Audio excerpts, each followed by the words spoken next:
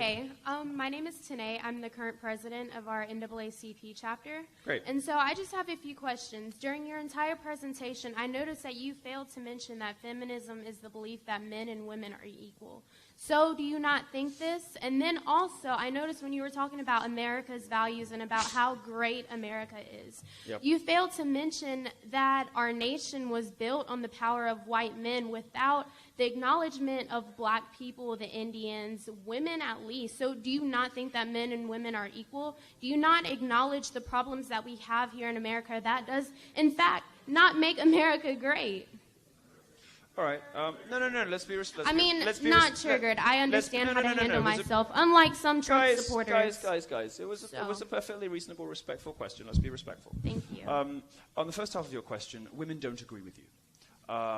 Fewer than 1 in 5 women in America describes themselves as a feminist, even though over 85% of them believe in inequality between the sexes.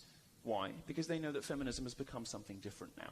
They know that the feminism you're talking about, it's very convenient, isn't it, to sort of treat men like shit, and then when people say, I'm not a feminist, say, oh, but feminism's out of quality. That's not what feminism has become. It's not what feminism is anymore. Feminism is a mean, vindictive, spiteful, nasty, man-hating philosophy. So that why has very would you Well, let me finish, because I let you finish, okay? That has very little to do with the equality of the sexes, and a lot to do with man-hating. And the way that you know that is women are abandoning it in their millions. Women don't want feminism anymore. They have rejected your version completely. They don't agree with you. In the UK, the numbers are even worse. Just 7% of women in the UK describe themselves as feminist, despite the fact that 92% of women in the UK believe in equality of the sexes. It's very clear what's happening. They don't believe that those two things mean the same, because if they did, they'd give the pollsters the same answer to both those questions. Women know that feminists say one thing and do another. Women know that the primary purpose of feminism these days isn't to promote equality. It is to beat down on men. So you've lost, you have a big PR problem on your hands. And when you come up and say, well, how dare you not mention that it's actually just about equality of the sexes, don't you believe in equality of the sexes? I very clearly said in my speech multiple times that I do, and that I love women, that I care about them. But, this sleight of hand that feminists play, when they're perfectly happy to treat men like shit and spread these conspiracy theories about the patriarchy, these lies about the wage gap, lies about campus rape culture, and then turn around and play the victim and play innocent and say, feminism's just about equality. Give me a break. Give me a break. So, as to your second part of your question, I get some shit from conservatives for this answer, by the way, but I agree with you. I agree with you that there are structural historical problems in this country. I agree with you that black community has been treated like hell by both Democrats and Republicans. I just don't think Black Lives Matter is the answer. I don't think that throwing your toys out the pram and burning your own cities is the answer. I think better schools would help.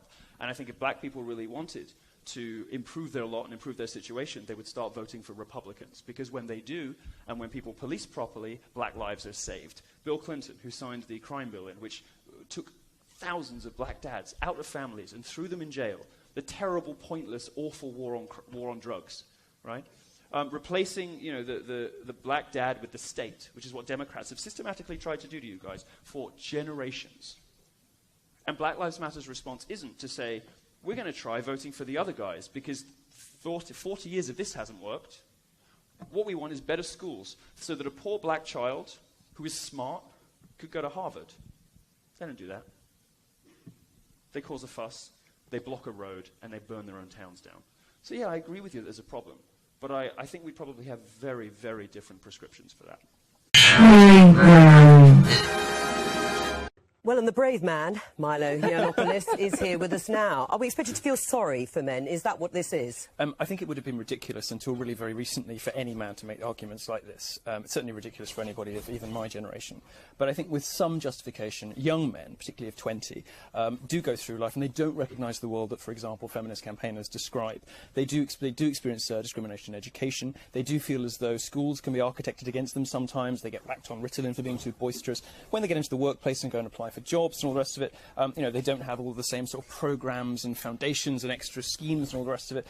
Yes, it would be ridiculous to have made this argument even perhaps half a decade ago, but I don't think it is anymore. Right, but your main claim is about the gender pay gap, that actually that is a myth. And it's not a myth, is it? Yes, Even it is today, a myth, yes. Well, it's not a myth according to the figures from the ONS, the Office for National Statistics, because even in November last year, they showed that the gender pay gap for all employees, full-time and part-time, still benefits men by 19.1%. That's their figures. Yes. Well, for full-time employment, just one moment, it was 9.4% less, and that's in April this year. Now, there is a narrow figure that they use too, which shows that hourly earnings in April 2014, with women working for more than 30 hours a week, were actually paid 1.1% more. But that's it. It's just that bracket. And actually, when you get men and women workers in their 40s, 50s or 60s, again, the gender pay gap is in favour of men. So it's a myth. Well, you're right about all of that stuff, but you're wrong about why it's happening. Well, hang on a second, though, because you made the claim in your piece, in your film, that women are not paid, or rather men are not paid more than women, and they are. Well, you have to understand where the figures come from, right? These figures... you must understand. These figures are... You're going to excuse me, No, it's mansplaining, all right. aren't you? No, These doing figures that come by from yourself. averages across society. They don't take into account the different life choices that women make. The reality is that women do prefer a more balanced life. When they go to work, even if they don't have babies, they take longer holidays. They tend to take more holidays. And the reason that you know, they are paid more, up to about 30, 35, 39, depending on whose figures you believe. The reason that flips No, only at the between end, 30 and 39. the reason, no, that's actually not true. The reason that the figures flip after that age is because women make different life choices. Right. And if you take those life choices into account, no serious economist believes this stuff. It's repeated by politicians right up to President Obama, but no serious economist takes the wage gap seriously. Caroline. Well, I think some of those life choices aren't just a woman's life choice, it's a family life choice, and part of that is determined by who's the higher income earner. So when you get to the point, I mean, look, I had my kids in my 20s, but more people are having them in their 30s and later. You make a decision as a family about who's got the earning power. Now, in a lot of families, the male partner in those relationships, if it's a male-female relationship, is often earning more. So the life choice they're making is based on who's bringing more in. But this goes back to the fact that I believe that we still have a huge amount of job segregation when it comes to gender. So hang on, you're making an assumption. No, can I finish my point? You're making an assumption that Can this I is based just on finish? some sort No, of... I hadn't finished what I was going to say. I think a lot of jobs that are high-income jobs, engineers, for example, we have hardly any women and girls in that area, and we need to have that in there.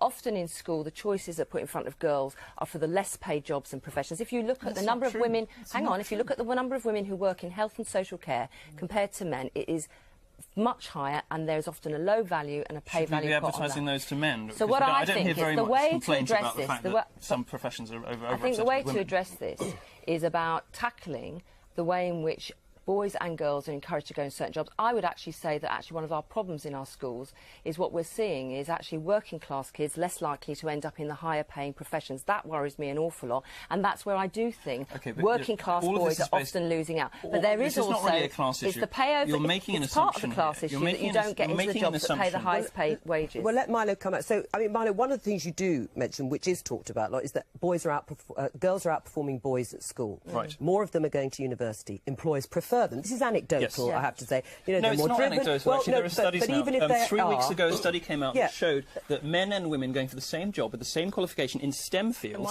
the women are 3 to 1 more likely to get the job because it's a generational thing. You know, it's happening very, very recently. In the last 5 years, a lot of stuff has happened very, very fast. Right, George, what do you think? Do you think at the moment that there is beginning to be a turnaround, that actually, despite the pay issue, which we can agree to disagree on, that actually men are still paid more than women for the same or very similar jobs in a lot of cases? It's just not according true. to the statistics. Well, it's a feminist myth that will not die. But are men now feeling the true. pressure of the success of women? No, I think, though, where you make an interesting point is that there is an improvement, there's a convergence. I think if you look at younger people, you're probably right, that actually there's a difference between people in their 20s and 30s and those that are a bit older. But I think part of that's not to say there's not a problem. There's still a big problem. We've still only got around 20% of FTSE 100 companies that have got women. Again, this is based on faulty assumptions. I'm sorry No. Well, let me just finish. Assumptions. It's not a faulty, because actually I think what we need to do better at is enabling women to resume a career after they've had a family and continue to climb up. Yes, I know, but because one of the things I think, you know, it's all very well to say, of course, they take a break out of their career to raise a family, but as a country we've got to get much better at enabling them to resume a career and carry on. Whether women have a family or not. I've got the editor screaming, we must end it now. Sorry. We've run out of time. Thank you. Thanks. I'd come back on and talk about Greek debt next time. It's safer territory. And you've got the name for it as well.